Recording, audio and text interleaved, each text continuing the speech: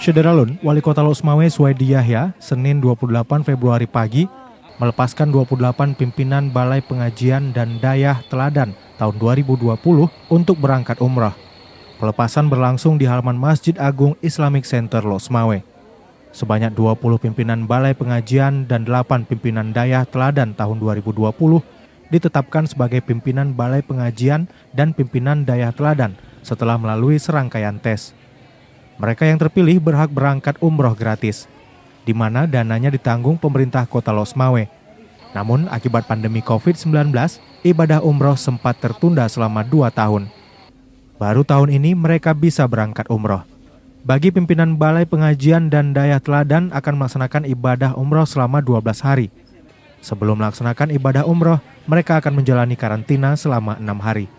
1 hari di Sumatera Utara, 1 hari di Jakarta, dan 4 hari di Madinah.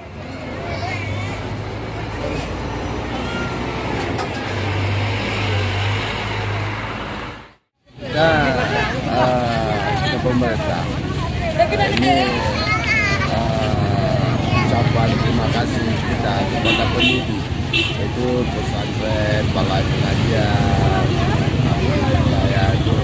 itu berjasa kepada umat ya, untuk mencerdaskan dalam bidang agama dan dalam bidang juga ya, untuk generasi kita, untuk anak bangsa ini.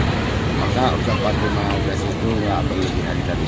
Jadi itu sudah wajarnya kita pemerintah memerahkan beliau. Itu adalah ucapan terima kasih kita pemerintah Kota Losmawe. Ini umrah ini adalah yang tertunda dari tahun 2020 karena tentang COVID-19, maka tahun 2022 ini baru bisa kita berangkatkan karena sudah ada izin dari Arab Saudi. Ini semuanya biayanya ditanggung oleh pemerintah Kota Losmawe? Iya. Oke. Anggaran nanti kita.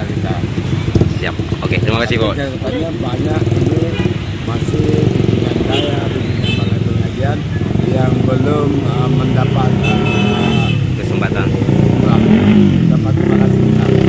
Makanya nanti dapat nantinya kalau mungkin ya bisa Dari Losmawe, Saiful Bahri, Serambi On TV.